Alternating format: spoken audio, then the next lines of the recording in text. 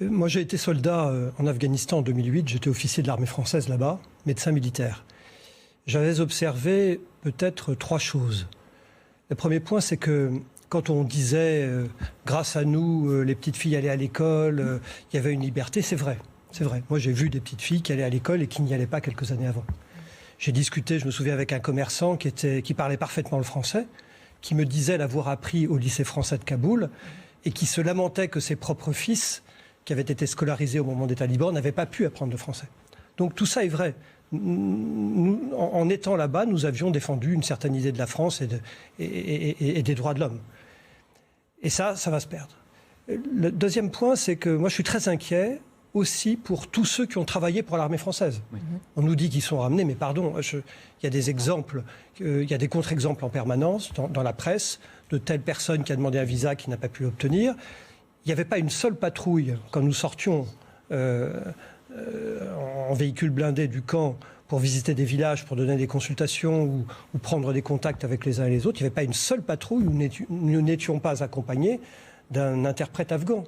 Et moi, je me souviens que plusieurs fois, alors même que c'était interdit, on leur avait donné des armes, parce qu'on ne savait pas ce qui allait nous arriver. Il y avait des médecins afghans qui travaillaient pour nous et qui étaient interprètes. Bref, tous ces gens-là, que vont-ils devenir ? Il y avait le patron de l'hôpital de l'armée, de l'ANA, qui est l'armée nationale afghane, qui avait été formé au Val-de-Grâce.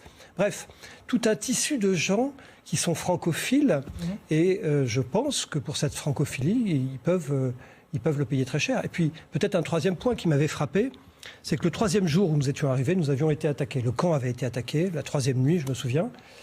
Nous n'avions eu qu'un blessé. Les talibans s'étaient échappés sans dommage.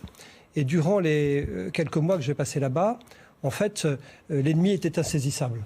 Et il y avait d'un côté une population qui semblait nous remercier d'être là, et de l'autre, des assaillants, des talibans, qui étaient cachés parmi elles. Et on avait cette impression déjà, et c'était il y a 13 ans, qu'au fond, on n'y arriverait pas.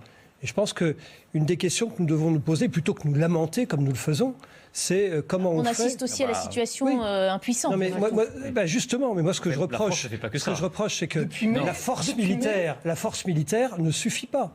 La question, c'est quel est le projet politique ? Et là, je crains qu'encore une fois, on ne se soit pas posé le projet politique.